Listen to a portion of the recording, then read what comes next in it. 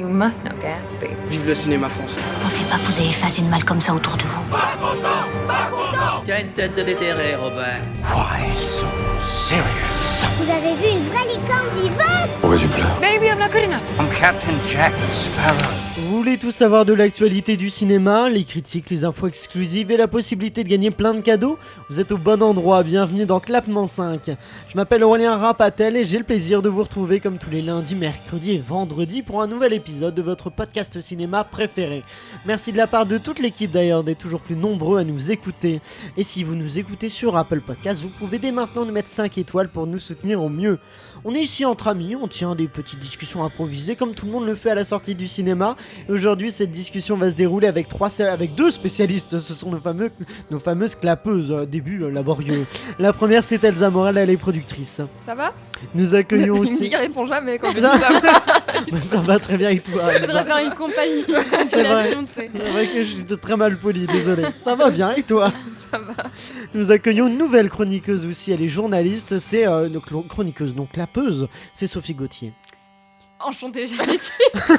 Bonsoir. Écoutez, c'est un petit lundi pour nous, je sens. Hein. La semaine commence petitement, ça se dit pas du tout. Comme tous les lundis, vous avez le droit à la critique d'un film sorti récemment au cinéma. Et aujourd'hui, c'est le film Proxima d'Alice Winocourt que nous allons critiquer.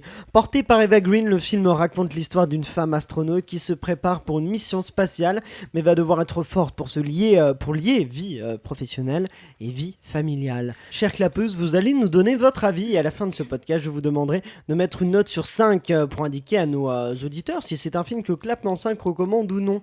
Il faudra donc mettre de 0 à 5 claps, sachant que 0 est la note la plus faible et 5 la meilleure. Elsa, on va commencer avec toi. Qu'as-tu pensé de Proxima? Oui, moi j'avais très envie de voir le film de par son sujet et le scénario qui avait l'air très innovant. Et j'ai été très touchée par l'histoire de cette mère qui doit conjuguer sa carrière avec sa fille. Et moi, ça m'a aussi appris beaucoup de choses sur l'histoire des astronautes, un peu comment ils doivent se préparer, etc. La condition physique dans laquelle ils doivent être. Donc c'est pour ça, moi j'ai vraiment bien aimé le film. Notamment, alors... Aurélien a eu du mal avec la réalisation, je sais. Moi, ça va un peu plus. Attends, Elsa, elle balance des doses comme ça. Attendez, on verra, je donnerai mon avis, puis on verra. Oui, ça va. Et du coup, voilà. Donc moi, j'ai bien aimé le film et j'ai pas beaucoup argumenté dessus, mais voilà. Vas-y Sophie, Ok, je prends le relais. Alors moi j'ai trouvé que c'était une très belle histoire d'amour entre une mère et sa fille, mais c'était aussi une belle histoire d'amour entre l'humain et la terre. Et que c'était un film aussi presque féministe parce que ça raconte en fait la difficulté de mener de front une carrière tout en étant mère. Et j'ai trouvé que Eva Green avait une interprétation de ce rôle qui était très juste, tout en finesse en fait, et qui nous touchait directement. Alors j'ai trouvé que c'était un très très beau film de ce point de vue-là. Moi je vais te rejoindre, Eva Green est incroyable dans ce film parce que justement je trouve qu'en effet on sent, et je trouve que tu avais l'air de dire que c'était pas exactement le sujet. Pour moi c'est le sujet même du film, c'est cette femme là qui a tant d'obstacles parce que c'est une femme dans un milieu très masculin et elle doit sans cesse nager à contre-courant de tous ceux qui lui disent que c'est compliqué, tout ça, qu'elle devrait pas amener sa fille à l'endroit où il s'entraîne, tout ça, et elle doit lutter pour s'imposer comme femme, en plus dans une mission où à la base ils le disent au début du film, elle n'était pas censée être là, elle remplace un homme et finalement c'est elle qui se retrouve là, qui a cette chance là, et on voit que en fait cette chance se transforme finalement en épreuve, qu'elle est censée sans cesse se battre de ces hommes un peu machos qui font des blagues misogynes, qui dit il y a le personnage qui est joué par, j'oublie son nom, Matt Dillon qui fait une blague au tout début du film qui dit ah bah oui, en plus on est content d'avoir une femme française parce qu'elle fera bien la cuisine.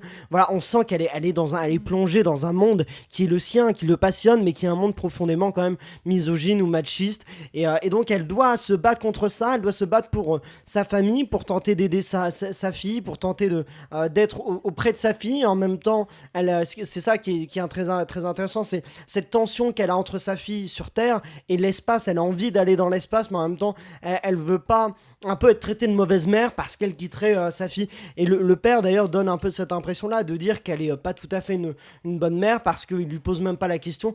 À un moment il lui pose même pas la question, et elle dit qu'elle va aller dans l'espace aux dépens de sa fille. Donc je trouve que c'est un film très intéressant qui porte un propos très fort.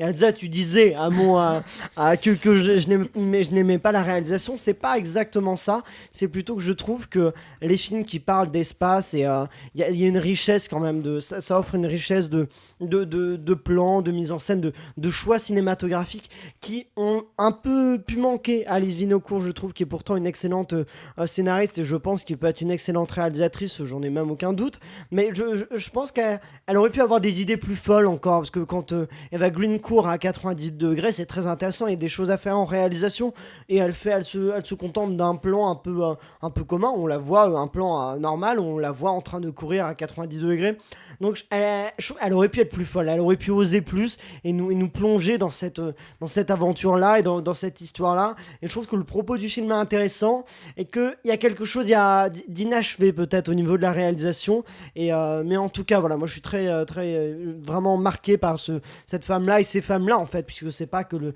personnage d'Eva Green, Alice Vinocourt nous parle de toutes ces femmes astronautes qui doivent, quand un homme fait un pas, les femmes doivent en faire 10, parce qu'il y a tant de choses, tant de chemin à parcourir, donc voilà. Elsa, tu voulais... Mais oui, je suis d'accord, c'est une femme qui doit évoluer dans un sexisme ambiant en fait, et elle doit prouver plus que les autres à chaque fois qu'elle a gagné sa place, qu'elle le mérite, et on le voit, et au fur et à mesure du temps, malheureusement, peut-être dans le film ça peut paraître bien, mais on voit que ses collègues masculins, elle a gagné leur respect en fait.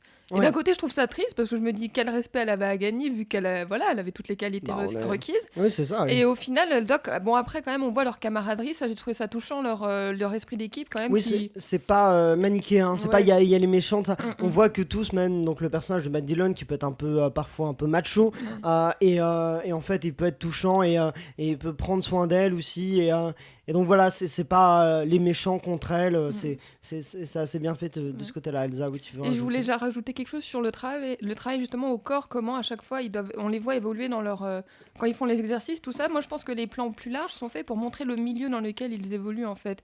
Et tu vois, l'histoire de courir à 90 degrés, c'est pour montrer qu'il y a vraiment une différence, je pense, comment expliquer, une différence, vraiment quelque chose de puissant visuellement, où on voit qu'elle doit courir à l'horizontale comme ça. Je pense qu'il y avait moyen de jouer sur le fait de nous montrer, peut-être la montrer à 90 degrés justement, donc en train de courir normalement, et en fait tourner le plan pour en fait comprendre qu'elle est en train de tourner, jouer un peu avec le spectateur, titiller le spectateur, ça aurait été pour moi un peu plus malin et peut-être drôle. Sophie, quel est ton avis pour toi ? Non, mais je pense que c'est totalement vrai, hein. La réalisatrice joue la carte ici de l'hyper-réalisme, et surtout elle joue avec la fascination de l'homme pour l'espace. Mais du coup, on est vraiment... L'homme avec un grand H ou avec un petit H ? Avec un grand H, avec un grand H.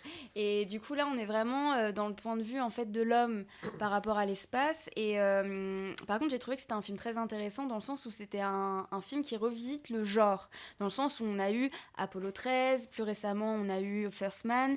Et... c'est un des seuls films français qui parle vraiment d'espace, comme ça, il n'y en a pas beaucoup. Voilà, c'est ça. Et en fait, ici, on montre vraiment les préparatifs de la mission et tout ce que celle-ci implique en conséquences psychologiques surtout.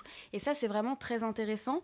Et il y a vraiment, c'est ce que vous étiez en train de dire juste avant, c'est le côté très féministe en fait de ce milieu où c'est dur en fait d'être dedans quand on est une femme et qu'il faut vraiment sans cesse se battre. Et ce film montre ça aussi, le combat. Elle fait beaucoup plus d'efforts en fait que les hommes finalement. Voilà, et ça dénonce aussi. C'est un film qui dénonce, et ça c'est vachement bien. Et c'est dur en fait. Et on voit donc l'itinéraire d'une femme forte, mais en même temps on voit ses fragilités. On la voit pleurer à l'écran. C'est pas une super héroïne en fait, c'est une vraie femme qui est très forte et qui à la fois se bat. Et qui se bat. Elle est dans un combat perpétuel, un combat pour ne pas céder à ses sentiments de mère et donc de lâcher en fait son travail et donc de choisir tout simplement sa fille et donc de rester sur Terre.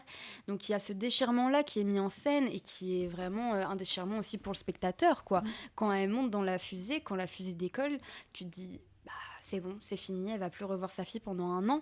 Et c'est très émouvant pour le spectateur. Elsa. Je trouve ce qui est intelligent avec sa fille, c'est que tu sens que c'est une jeune fille mature quand même qui comprend les choses. C'est-à-dire qu'on n'est pas tombé dans le piège de on va montrer une gamine qui est triste, directe, etc. C'est une gamine quand même qui comprend les choses et qui arrive à avoir de la distance, de la lucidité par rapport à ce qui se passe, même si elle est triste, forcément que sa mère s'envole dans l'espace. Mais Ça, j'ai trouvé ça plutôt malin d'Alice Vinocourt d'écrire un personnage comme ça, qui est très bien interprété aussi par la jeune actrice, qui est je ne sais pas qui. Mais... Les acteurs sont très bons. Eva Green est bien sûr incroyable et très très juste dans cette femme astronaute et sa fille. Effectivement, je n'ai pas le nom de l'actrice qu'on pourra chercher, mais c'est assez incroyable. Moi, des seuls quelque chose qui m'a titillé un peu dans le film, c'est la fin. On va spoiler, hein, désolé pour ceux qui ne l'ont pas vu, mais il y a une séquence où effectivement tu parlais d'hyper-réalisme, Sophie, et il y a pourtant une séquence à la fin où en toute quiétude, j'ai envie de dire finalement, le personnage d'Eva Green s'échappe de la quarantaine et puis va retrouver sa fille, puis va vers la fusée, et donc déjà le fait qu'elle réussisse à s'échapper de la quarantaine, tu te dis c'est quand même un peu improbable, voilà, et ensuite qu'elle aille très près comme ça un peu illégalement de la fusée, on se dit mais c'est possible. Et ça, en fait l'idée n'est pas mauvaise, mais il y a une scission qui se crée entre cet hyper réalisme et cette partie là un peu on se dit on n'y croit pas tellement. Ouais. Moi je crois pas que le personnage va prendre un tel risque, parce que s'ils sont en quarantaine, c'est pas pour rien déjà. Puis qu'elle réussisse à partir de quarantaine comme ça. Je pense que la quarantaine, c'est justement, c'est bien protégé pour qui. C'est dommage parce que je pense que c'était pour montrer un geste fort d'amour en fait. Oui. Mais je pense qu'il y avait d'autres solutions peut-être à trouver que ce geste-là, parce que moi, du coup, j'y ai pas cru. Ça m'a un peu sorti du film. Je me suis dit, déjà, je me suis imaginé un drame. Du coup, je me suis dit, elle va ramener une maladie, ça y est, dans l'espace, un truc comme ça. Et non, parce que justement, elle veut pas faire du monumental. Elle veut pas faire quelque chose de. Ça, si elle avait ramené une maladie, on serait passé plutôt sur un film un peu plus. Elle est très proche du réel, mais c'est pour ça que cette séquence détonne un peu. Après, moi, je me dis aussi que la réalisatrice a peut-être pris le parti de montrer le rêve, en fait, d'Eva Green, tu vois. De se dire, la nana, depuis le début du film, elle enchaîne les galères. Et là, enfin, on va lui donner un moment, une scène où elle arrive à faire enfin ce qu'elle souhaite faire. Et donc, je suis d'accord avec vous, c'est pas du tout réaliste et ça correspond pas du tout à l'ambiance du film, en fait. Mais c'est le petit moment où le personnage principal peut s'échapper de son quotidien qui est quand même assez difficile et justement faire quelque chose qu'elle veut au plus profond d'elle, c'est-à-dire avoir un dernier moment d'intimité avec sa fille. L'actrice de la fille d'ailleurs s'appelle Zélie Boulan-Lemesle. C'est une Française. Je vais te dire, elle parle allemand aussi, parce que indéfini. Il y a trop de nationalités, ça ne va plus là. Ça a été trop compliqué. Mais c'est vrai que dans le film c'est drôle vu qu'il parle plusieurs langues et tout. Oui, j'étais un peu perdue entre le russe, l'allemand, le français. C'est vrai que c'était un petit peu. Oui. Mais c'est intéressant quand même. Cette collaboration entre tous les pays, j'ai trouvé ça intéressant. Mais Alice Vinocourt, elle a fait Marineland aussi. Oui, c'est ça. Maryland, Maryland, c'est ça, avec Diane Kruger. Oui. Elle aime bien les actrices internationales, les franco-internationales, Diane Kruger, Eva Green, en même temps de très bonnes actrices qui ont un tempérament assez incroyable et qui Eva Green défend très très bien ce film, je trouve. Et je vais vous demander, écoutez, combien de claps sur 5 mettez-vous à Proxima? On va commencer avec toi, Elsa.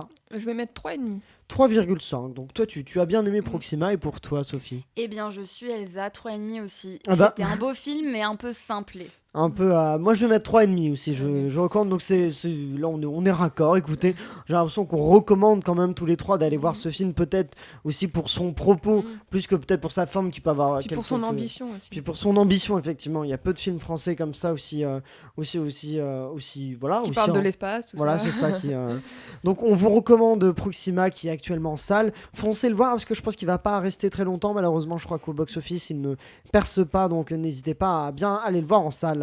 C'est la fin de cet épisode. Merci à vous tous de l'avoir suivi. Merci à nos deux clapeuses. Merci aussi à Ciné7, à nos partenaires au CD Univers Ciné. N'hésitez pas à nous dire chez vous combien de claps, ou si vous avez envie de voir Proxima, tout simplement, de mettre en commentaire sur Facebook, Instagram ou Twitter avec le @clap5. On se retrouve dès mercredi avec l'interview d'une comédienne que vous avez pu voir dans Scène de ménage sur Golden Moustache ou dernièrement dans le film Nicky Larson. Je vous laisse deviner de qui il s'agit. Rendez-vous mercredi sur Clap 5 pour découvrir notre invité. D'ici là, allez au cinéma.